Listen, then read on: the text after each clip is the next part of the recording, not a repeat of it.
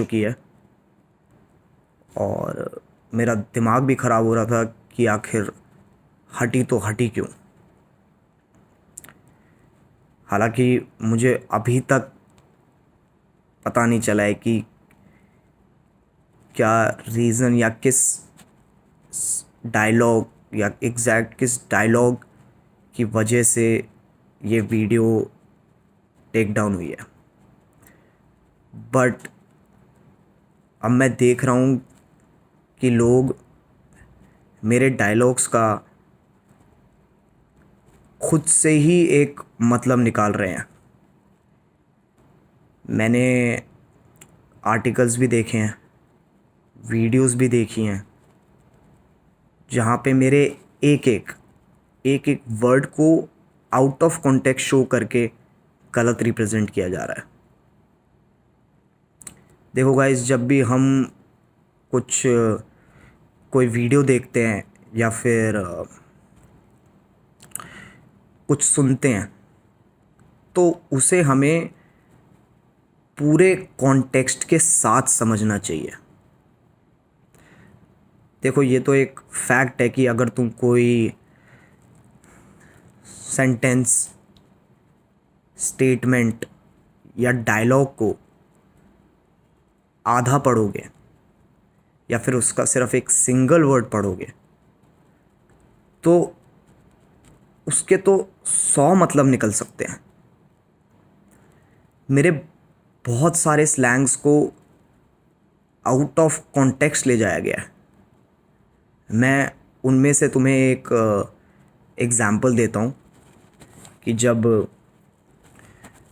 Video में Aamir Siddiqui brands वाला point कहता है कि टिकटॉक इन्फ्लुएंसर्स के पास यूट्यूबर्स से ज़्यादा ब्रांड्स होते हैं,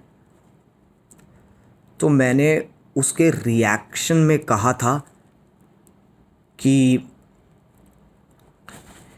जब इनकी ब्रांड डील्स होती है तो एक इंडिविजुअल क्रिएटर के साथ ना होकर बहुत सारे क्रिएटर्स के को लेकर होती है, तो उनकी एक इंडिविजुअल क्रिएटर की इतनी ब्रांड वैल्यू नहीं होती। और उसी ब्रांड वैल्यू के कंटेक्स्ट में मैंने एक डायलॉग बोला था कि मिठाई की दुकान पे लेके जाऊंगा 200 में बिक जाएगा। इस डायलॉग का मतलब सिर्फ और सिर्फ ब्रांड वैल्यू से था, जो मैंने 200 रुपये से रिप्रेजेंट की थी। अब मैंने ये भी देखा है कि कुछ लोग मेरे स्लैंग्स को हिंदी टू इंग्लिश ट्रांसलेट करके गलत रिप्रेजेंट कर रहे हैं।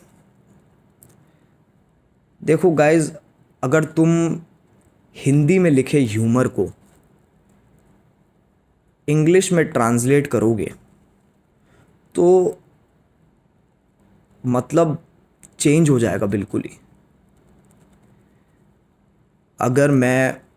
अगर मैं हिंदी टू इंग्लिश करता हूँ स्लैंग्स को तो उसका एक अलग ही मतलब है, और वो उस केस में भी है जब तुम इंग्लिश टू हिंदी कर रहे हो, वो दोनों केसेस में है। तो गाइज, प्लीज़ प्लीज़ अपनी अजम्पशंस को फैक्ट्स की तरह रिप्रेजेंट मत करो।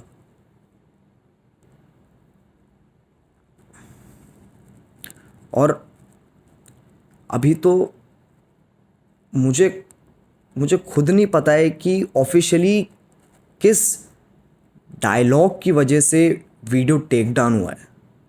तो अपनी तरफ से अजम्पशंस मत लगाओ और प्लीज़ पूरा कॉन्टेक्स्ट समझो, प्लीज़।